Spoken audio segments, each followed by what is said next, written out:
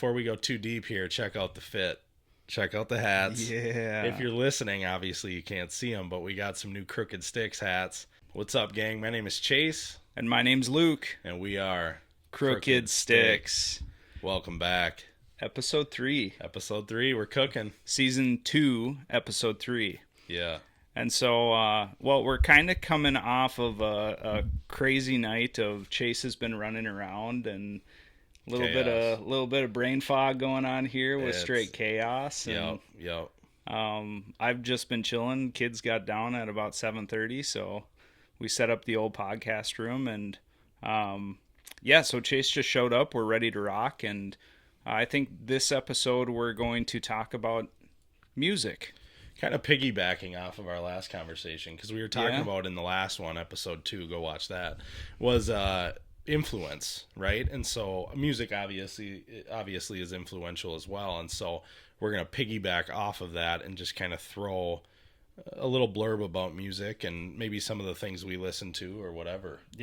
Niche down on a piece of that episode. Will say, before we go too deep here, check out the fit. Check out the hats. Yeah. If you're listening, obviously you can't see them, but we got some new Crooked Stix hats. They are for sale. So the company that makes them, shout out Range Leather, they did an awesome job. So these guys, Luke actually knows them from the company that him and Liz have, right? Yeah. And so they've had these hats in their store over in Somerset before. I found this company from buying a hat from you guys, and ended up buying a handful of them. I probably got like 8 of those things, but they're sweet. I mean, they fit great. They're high quality. Everything's handcrafted at their shop. They do leather patches, and they're out of Laramie, Wyoming. Faith-based company, great people. Yeah, and they are truly the most comfortable hat I've ever owned. Seriously, I've never had an issue with them, and even like when I get super sweaty and stuff, I mean, they clean up really nice, and shout out Range. I mean, this is a commercial for them, but we are selling them. So if you want some, I think we ordered, the first batch was like 24, and we're down to I think we only have maybe 10 left or something like that. But they are for sale, $25 a lid. So if you want one, just shoot us a note. We will we'll get it to you. Get you that merch. We'll get you it somehow, and then you can Venmo us, drop off some money locally here if you're local, whatever works. So we'll figure it out. Heck yeah. Cool. And we love them. I mean, they're sweet, man. It's just been a couple of days, and I mean, a bunch of you guys who have already purchased them. Thank you. Yeah. We truly appreciate it, and it's awesome to see those sales happening and you guys supporting us. We'll throw up pictures on Instagram. Throw up the pictures. Anyways, let's get on. Season 2, Episode 3. We're just going to talk about the influence of music, because I think not only in my walk, but like just in life, music has always been a huge thing for me. Absolutely. And it's something that you can just kind of tune out, especially driving to work or something. You can turn on the tunes, or every time you pull up, it sounds like you're cranking some tunes in the truck. Constant. It's So what's your go-to? I mean, kind of what we talked about last episode was how Christian-based music has changed and evolved into something you don't even expect it to be. Right. And some of it you wouldn't even guess is Christian music. Well, and I think, talking past-wise, I grew up on, I listened to Tupac and Biggie and Eminem and 50 Cent, and, you know what I mean? Lil Wayne, all these guys, right? But I started to realize that the messages just weren't there. There was nothing fruitful that I was taking away from any of these songs, you know? And this was prior to me even finding Jesus. This was I need something better, music wise. And so I came across Christian hip hop, which most people kind of laugh at, and they're like, I don't understand how you can have hip hop and Christianity even in the same context, right? but it is. I mean, it's it's dudes that love Jesus and women that love Jesus, and they're just seeking him, but sharing life and being real. You know what I mean? And that's what I think I love about Christian hip hop, and that's what I primarily listen to now, is because it is so real. And it's vulnerable, and it's authentic, and it's just it hits you to the core on some of these songs where I can't relate to, now I'm not saying some people can't, but I can't relate to drugs, alcohol, gang shooting violence, people. You know what I mean? Like, I like dope music, like the beat's hard and whatever, but I'm gaining nothing from that. Like, it's not uplifting by any means. right? You know? And so I think of guys like Halvey is a huge one that I'm listening to right now. Shout out to Halvey. Forrest Frank is another guy. Lord, I lift my hands. Yeah, dude, seriously. So him and Halvey actually have done a couple collaborations and awesome music. So if you guys haven't, go check him out. And who else? I got Lecrae, Andy Mineo, No Big Deal, John Keith, Aaron Cole. So you're talking about all these guys. Caleb Gordon's another huge one. You're talking about all these guys. They've found Christ, and they're just, they maybe had some stuff they went through, right? And they're taking it and they're saying, okay, how can I use that to glorify God? Because that's ultimately what we're supposed to do, right? Yep. And so you listen to some of this music, and it's not only is it great music, creatively, it's insane. I'd put them up against anybody, right? Even on the secular side of music, right? Not only is it crazy talented and just the creativity is nuts, but it's just so real. Yeah. You know what I'm saying?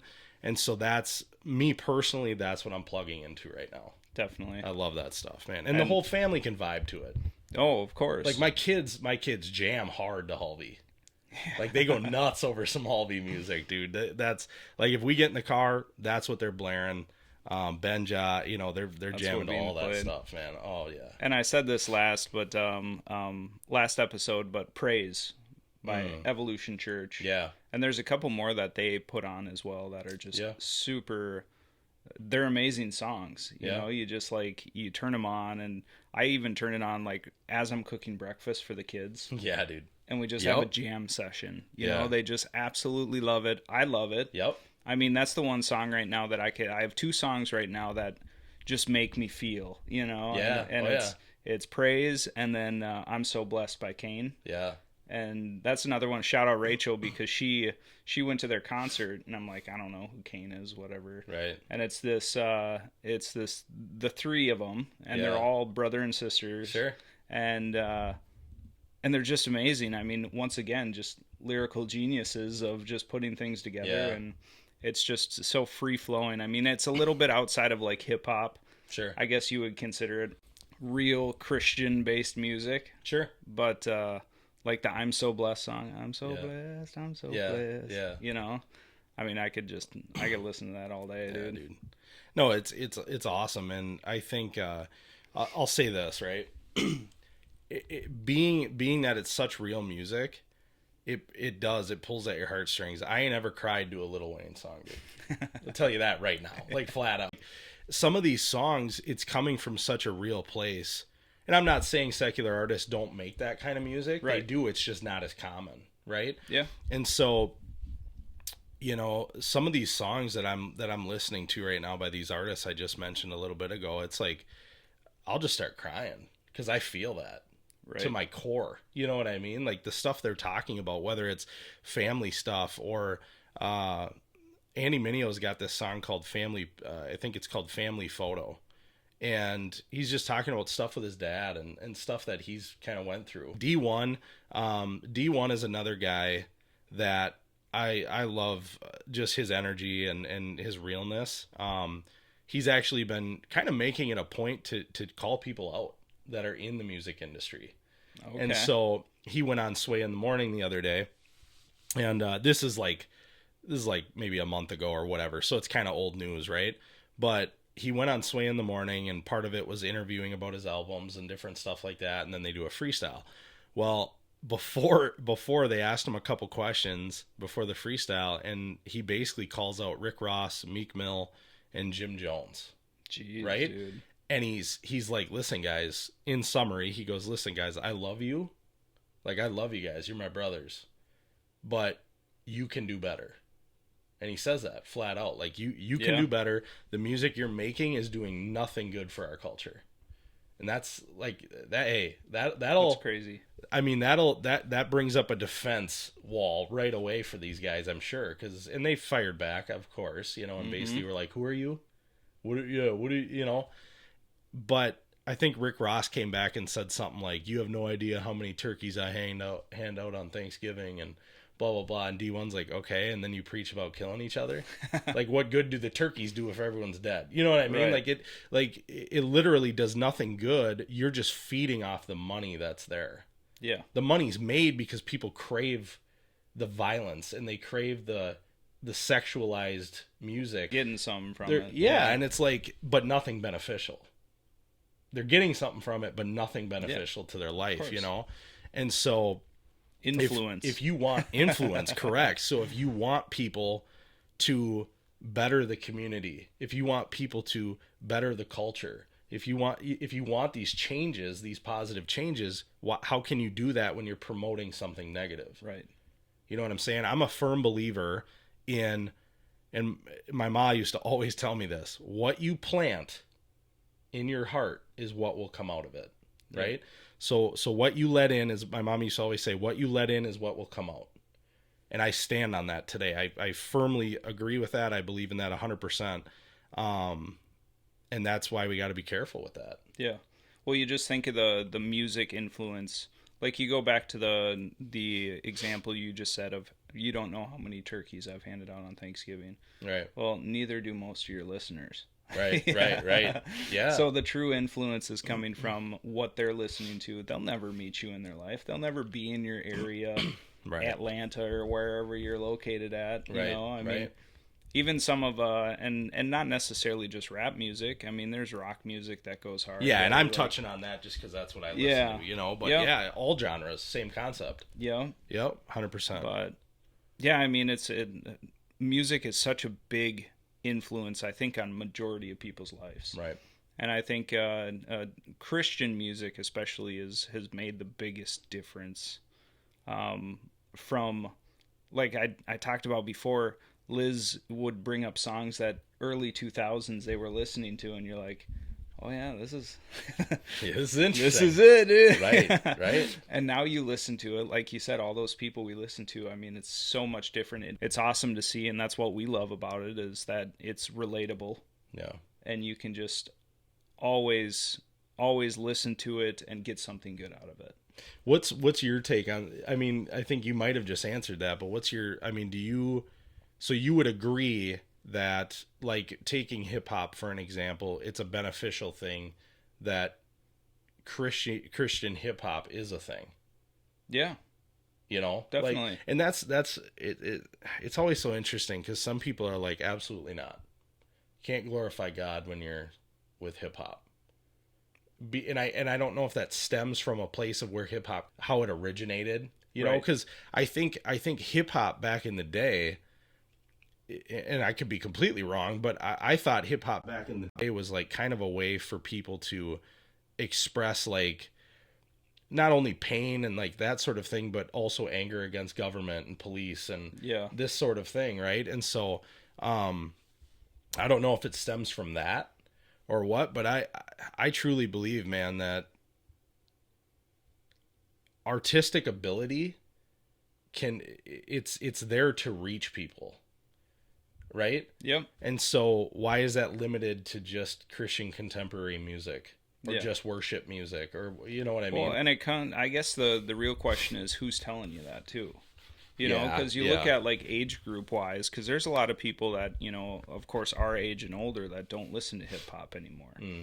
You know, we grew up on it, but, you know, I'm more of a country / now Christian music kind of guy. And I think it stems from, well, what happens after you listen to that hip hop? You're going to go listen to other hip hop. I can somewhat see where maybe someone's coming off of that.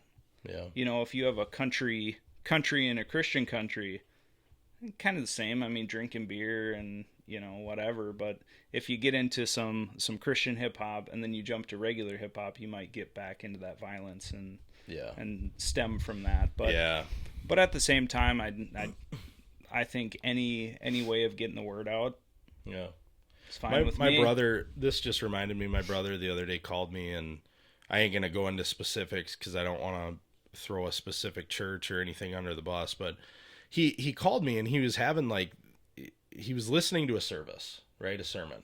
Mm-hmm. And he heard the band played a song.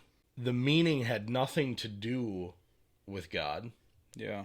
It was a marriage, like a breakup song, right?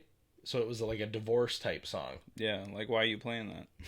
but they were trying to like almost use the lyrics to make it seem like God talking to us or us talking to God. Like it was one of those weird dynamics. And my brother's like, dude, he called me and he was like, hey, I had to shut it off because something in me was like, this ain't right. Yeah. And I just, what's your thoughts on that? The whole church is packed, right? And they start playing like a Nickelback song, dude. Like they just start jamming to Creed or something. You know what I mean? Like what's your feeling on that being like in a church setting? Yeah. I think that's only happened once when we were watching church, and it was, I think they played like Sweet Caroline or something like that. And it was just like, this doesn't feel right. You know, like what's purpose? What's the purpose of behind this song? Like who picked it and why did you pick it? Right. And, but at the same time, yeah, there's no like sense of worship to a song, like a regular song when you're at church. Right, because it's nothing tied to God. Right. That's why you want to go to church, is to be, fulfilled. Yeah. And when you're singing songs that don't have to do with church or Christian, right. it's yeah, and that was my brother's point, because the point could be argued too, like, well, what if that song, there was a newcomer in the building, right? And they don't really know, they don't know God, they don't have that relationship, right? But they're like, oh, this is Nickelback, dude. They're playing Nickelback at the church, like, and it draws them in.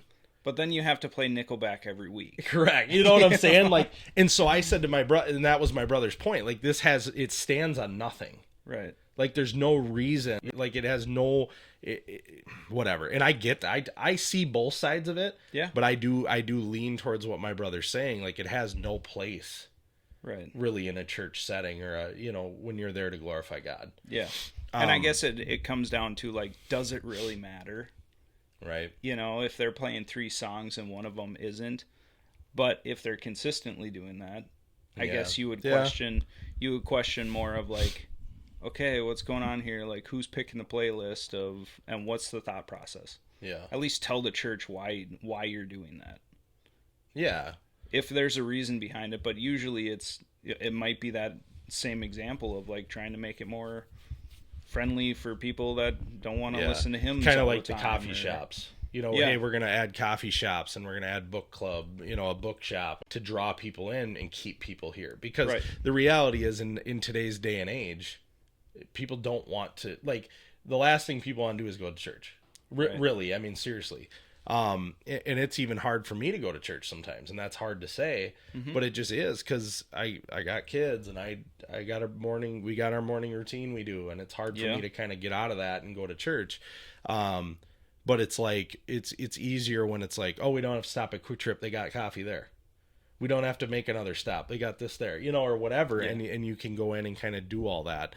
But again, it's, at the end of the day, that's not what you're there for. Right. You're there for the wrong reasons if that's why you're going, but at least you're there. At least you're being fed to some way, and maybe something someone says. So I see both sides of it. I was just curious what your thoughts were, because I thought that was an interesting conversation. No, yeah, definitely out of the blue question, which is fine. I mean, that's what we want in a conversation. And right. I guess I never really thought about it. It's only happened one time, and we kind of, me and my wife both said, like, why'd they throw that in the mix? Like, where did that come from? Interesting approach. Yeah. But yeah, I mean, music is completely influential, where I know a lot of people relate to it. And rewind to where Chase said all those good artists and just check them out. Add to it. Who are you listening to other than that one you listed off? Because you are more country and a little I would bit. say Christian contemporary, where I'm more like, I listen to like 5 songs at a time. Okay, fair enough. Yeah. Like, truly, because I drive to Hudson. Hudson's like 20 minutes, so I pretty much throw on the playlist and it's there. You know, like Kings of Yeah. Country we've talked about. Yeah, King and Country. There's or King of Country. For King and Country, yeah. There's like 3 or 4 songs of theirs that I really, really enjoy. Just anything. Morgan Wallen. Big fan of Morgan Wallen. Big Morgan Wallen fan. Big Morgan Wallen fans over here. Decent fan of Jelly Roll. Yeah. He's an up and coming artist on my playlist. But yeah, I mean, like those 3 songs, I mean, I listen to over and over. There's Praise. Yeah. I'm So Blessed. Yeah. There's Richmond Over Richmond or North of Richmond or Yeah, whatever. yeah. That's one I play all the time. Working out. Yeah, that one. I love the banjo in that one. So I mean, it varies, but yeah, I pretty much listen to everything. I've gotten into Forrest Frank. Yeah, he's solid, dude. Forrest Frank's really solid. What's the group? He reminds me of Christian Mike Stud a little bit. Yeah, a little bit, absolutely. You know? Yeah. What band was he with? Surfaces. So him and another dude, they had a group. Surfaces was the band name or the group name, and they basically just branched out. So I think, is it Sunday Best? I couldn't tell you. Feeling good, like I should. Oh yeah, that yeah. song. That's him. But that's their group, Surfaces. That came out with that song.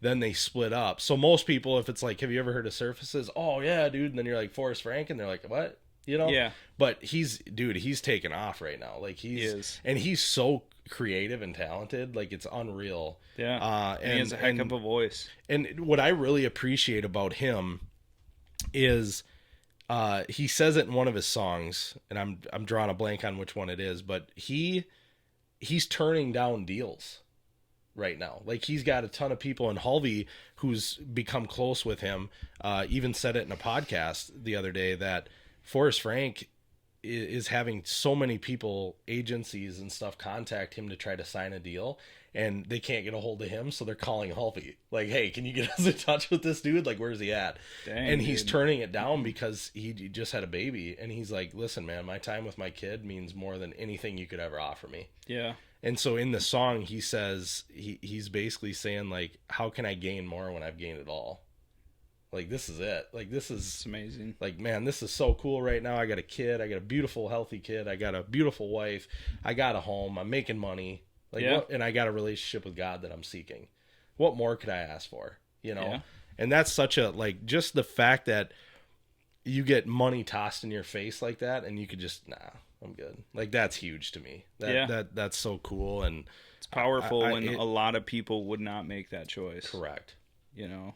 Correct. So go check him out, Forrest Frank. Yeah, and the last thing I'll say is, in a world filled with so much, I mean, really think about music today. Think about what's being played.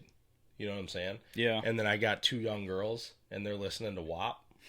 You know what I'm saying? Like, no, that ain't gonna happen. So, but if they can hear songs that are just talking about, you know, feel good songs, yeah. they feed your soul. It truly was built for. Yes. I really do. I think that's what the music was, is uplifting, encouraging, relatable. But as we land this plane, we are going to come back into episode 4 next week with I don't even know what we're talking about. Communicating and marriage, conversation with your spouse within marriage. So we'll tell you how poor we do in that category of life. Yeah, it'll be a short conversation. Yeah, dude. Yeah, dude. But that's that's what we're gonna touch on next week. But here, I'm liking this challenge thing that we're doing, just because it's like, man, I think it's cool. It leaves people with something Season to think about. 2 is the season of challenges. Yeah, and I know, and the reason I'm going to say this challenge is because I feel like some of you might listen to this whole podcast episode. Really, you guys just talked about music for 25 minutes? Like, really? That was it? Like, yeah. But I think the key point here is what are you feeding yourself with, right? Yeah. Like, what you let in is what will come out. So that's the challenge. Is I want you to reflect on that. I want you to look at your life. And not even maybe music, but just influences around you, coming off of the influential category we just talked about, and influential moments and people, right? And things around you. what things in your life are you letting in, which ultimately you will let out? Yep. And I want you to really chew on that and wrestle with that. And maybe there's things in your life that you need to let go of that are holding you back from being better tomorrow. And go listen to some Christian music, dude. Go listen to Halvey, Forrest Frank, Lecrae, Andy Mineo. Like, if you haven't had a All those chance, guys. just go. Just do go it. Just test do it. the You waters, ain't gonna regret it. I'll just say that. Yeah, there's nothing there. Really, There's nothing there. But hey, cool. Crooked Stix out.